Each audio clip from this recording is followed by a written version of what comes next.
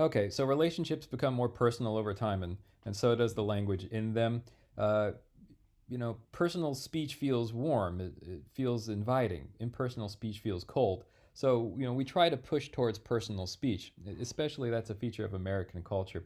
The key to this is if there's any sort of status differential between the people who are communicating, you let the person with higher status make the first move in terms of getting more personal. In other words, once your boss starts to be a little more personal with you, then you can follow up and do the same. Don't launch out with the hey, what's ups until your boss makes that first move, though. Um, this email thread between me and a student really, I think, just sort of demonstrates this. This whole exchange took place in less than an hour.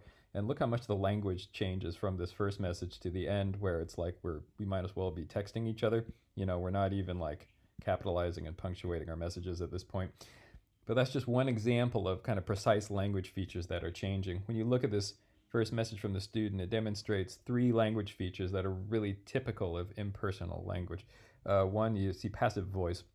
I was just informed I was waitlisted. The class status is displayed. We have this use of it. It seems that a space is available as opposed to a space is, right.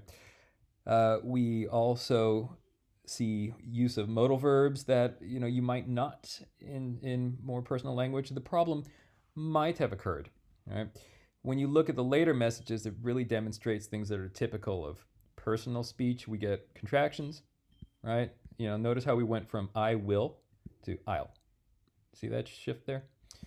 We see acronyms, abbreviations, ASAP instead of as soon as possible. We get phrasal verbs. If anything comes up instead of occurs, right? We get figurative language. Thanks for the heads up. Heads up here meaning like the advance notice, right? If you think about all these language features in general, there's something that they have in common, and it really kind of gets at something about English in particular. Every language in the world has personal and impersonal modes of speech or communication, but different languages sort of handle this in different ways. In English, the whole trick is to be indirect, right? It seems broken instead of it is broken, or well, you might want to try instead of try this. Oh, the problem has been resolved. We fixed it, right? Personal language just gets much more direct. Interestingly, if you look at, say, Spanish, for example, this doesn't work. This sort of indirection to be polite. Let me tell you a little story about my first day in Spain. Where I went to this coffee shop and I used my high school Spanish to translate. I would like a coffee, directly into Spanish. A mí me gustaría un café. And then the dude just gave me this weird look, kind of like this guy, like, what? And then he sort of shrugged and put a coffee on the counter. And then I kind of was like, well, why the stank face? What did I do that was so weird? And then, some old guy like this just kind of walked up and he said, me pone un café. That just means put me a coffee.